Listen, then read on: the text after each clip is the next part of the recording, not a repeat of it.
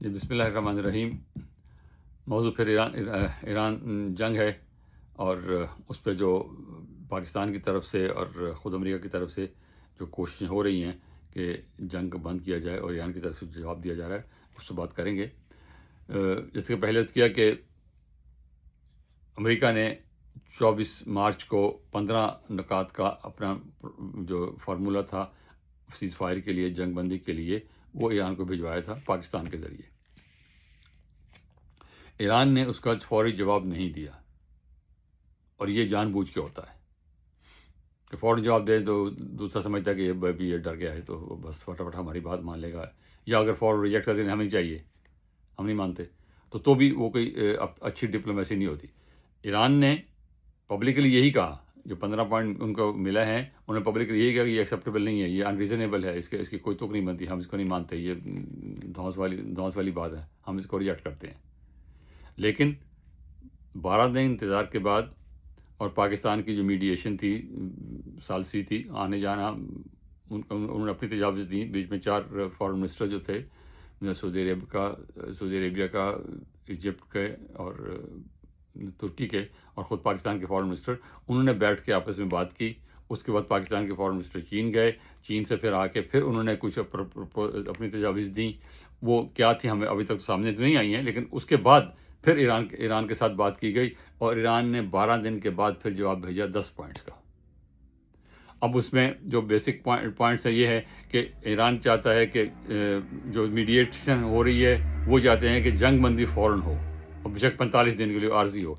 Iran इस बात पे नहीं मानता कि आर्जी जंग बंदी हमें नहीं चाहिए, ये तो फिर हमें इधर मुज़ाकरात में लगा के, और ख़ुद जो है वो दोबारा हमला कर देंगे। 2 दफ़ा ये पहले कर चुके हैं, पिछले जून में किया पिछले साल, और अब ये 28 फरवरी को फिर कर दिया। दोनों दफ़ा मुज़ाकरात हो रहे थे, और मुज़ाकरात के दरमियान उठा के जो है वो हमला शुरू कर दिया। तो इनका कोई एतबार नहीं, हम नहीं मानते। तो ये बात उनकी दुरुस्त है, उनकी जो उनका तजुर्बा है, जो सबके सामने है, कि वो 45 दिन में ये अपने फिर असला-वसला इकट्ठा करके फिर हमला शुरू कर देंगे ईरान पे। तो ईरान इस बात पे बज़िद है कि सीज़ फायर नहीं होगी। और ये पहले भी अर्ज़ कर चुका हूँ कि अफ़गानिस्तान के मुज़ाकरात, जो पाकिस्तान और उस वक़्त की सोवियत यूनियन की जो गवर्नमेंट थी, पपेट गवर्नमेंट काबुल में, जनरल नजीबुल्लाह की, उनके दरमियान मुज़ाकरात भी 4 महीने चले थे। और यहाँ पर भी जो है ये मुज़ाकरात जो हैं, वो अब बात शुरू हुई है।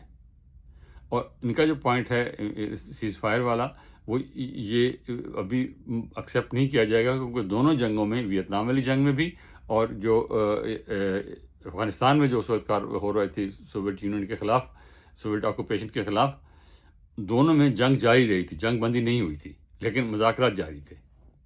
तो अब भी जो है वो जंग के होते हुए भी मुज़ाकरात हो सकते हैं। इसलिए ये कोई नहीं, ज़रूरी नहीं कि मुज़ाकरात हो ही नहीं सकते अगर जंग जारी हो। तो पहली बात तो ये है। दूसरी बात ये है कि हॉर्मज़ का मसला है। हॉर्मज़ पे ईरान ने अब कंट्रोल सँभाल लिया है, वो उसको आसानी से नहीं छोड़ेगा। दूसरी बात ये है कि उससे ज़बरदस्ती छीनना भी मुझे मुमकिन नज़र नहीं आता। अमेरिका अगर कोशिश करेगा, अपने सिपाही वहाँ भेजेगा, तो कब्ज़ा कर लेगा, लेकिन उस कब्ज़े को बरकरार रखना मुमकिन नहीं होगा,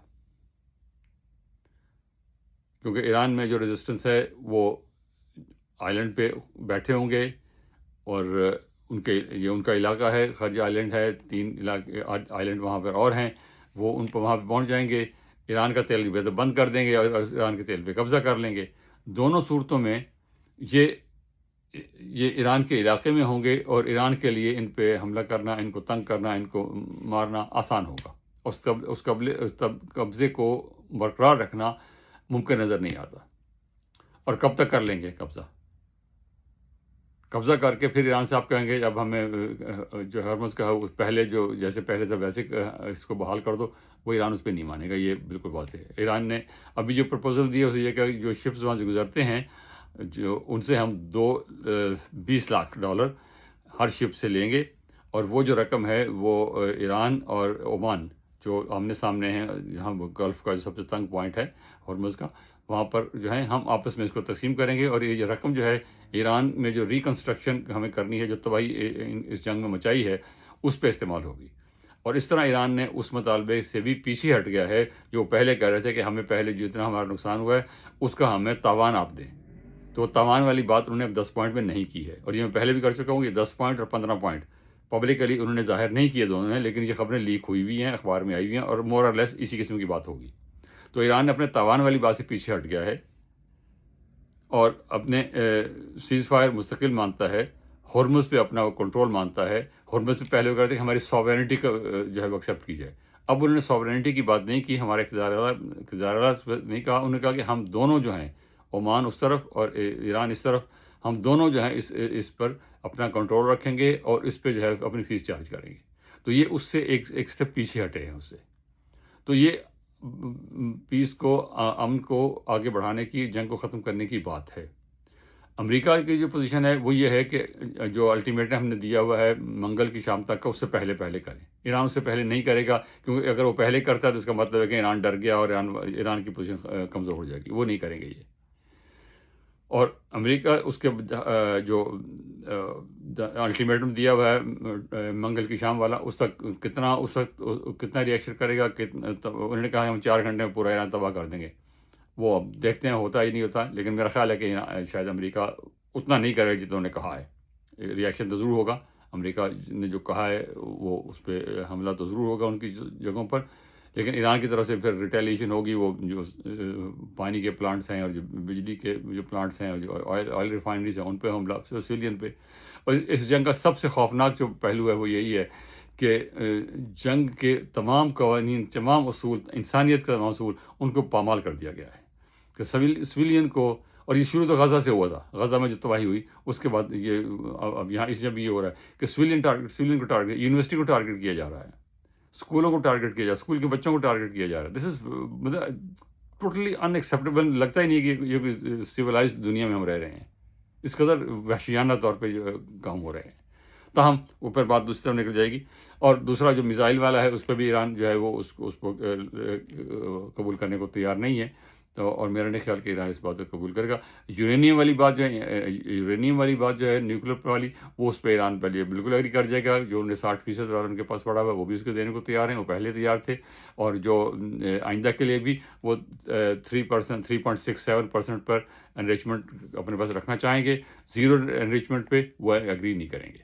اور میرا خیال ہے کہ اگر بات آگے بڑھتی ہے تو پھر اس میں چین اور روس بھی اس میں شامل ہو جائیں، کیونکہ ایران اس پہ گارنٹیز مانگتا ہے کہ جو بھی اگریمنٹ ہوگا اس پہ انٹرنیشنل گارنٹی ہونی چاہیے. تو اب دیکھتے ہیں بات کیسے چلتی ہے. پاکستان کا رول جو ہے وہ اہم ہے اور وہ بڑھتا جا رہا ہے. اور امید کرتے ہیں کہ اس جنگ کا خاتمہ ہو اور جلد ہو اور آنریبل ہو، سب کے لیے آنریبل ہو، تاکہ دنیا میں جو تباہی ایک معاشی تباہی جو پھیلنے جا رہی ہے اس کو روکا جا سکے. اس جنگ کا سب سے بڑا جو اسپیکٹ ہے وہ یہی ہے کہ ایک معاشی طور پر پوری دنیا پہ اثر پڑ رہا ہے اور نیگیٹو اثر پڑ رہا ہے، اور سویلین ٹارگٹس کو ہیں وہ ان کو نشانہ بنایا جا رہا ہے. یہ افسوسناک چیز ہے. شکریہ. خدا حافظ.